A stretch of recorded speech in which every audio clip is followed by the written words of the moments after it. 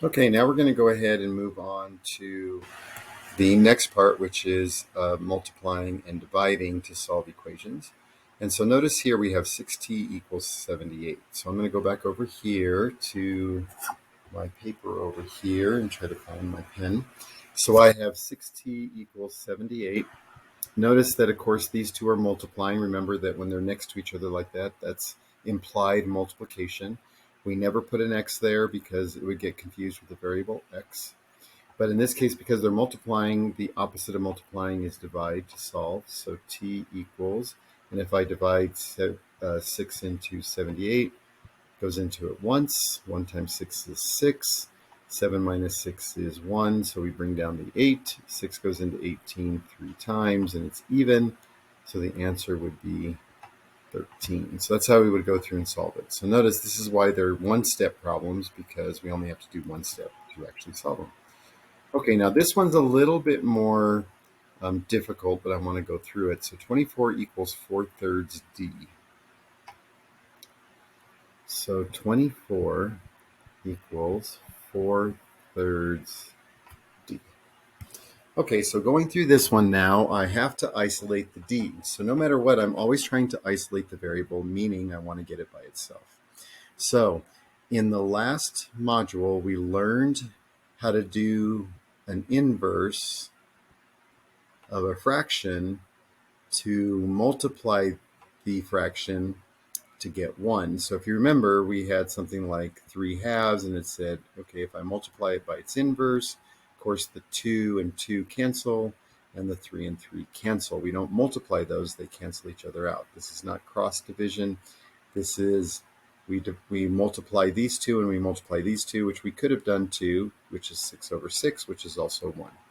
So anytime we deal with the inverse and we're multiplying by the inverse, it causes the fraction to go to 1. So I'm going to multiply. So I'm going to erase something here. I'm going to erase this equal sign. I'm going to move it over just a little tiny bit. So I'm going to multiply this side by 3/4, and I'm going to multiply this side by 3/4. Okay, now I'm putting a dot there to indicate multiplication. You don't have to. So 3/4 times 24. So remember that 3/4 times 24 is the same thing as 3/4 times 24 over 1. And then I can see that these cancel. So that just gives me d, which is what I want on the right side. And then I can see some canceling here. So I can see that 4 and 24, there is a common number that goes into them. Okay. So the common number that goes into both of those is 4. So 4 goes into 4 one time. So 4 divided by 4 is 1. And 24 divided by 1 is 6. So 4 goes into 24 6 times. And then we multiply across. So then we have 3 times 6, which is 18. And we have 1 times 1, which is 1. I don't have to write it, but you can. So d would equal 18. Okay, we're good there.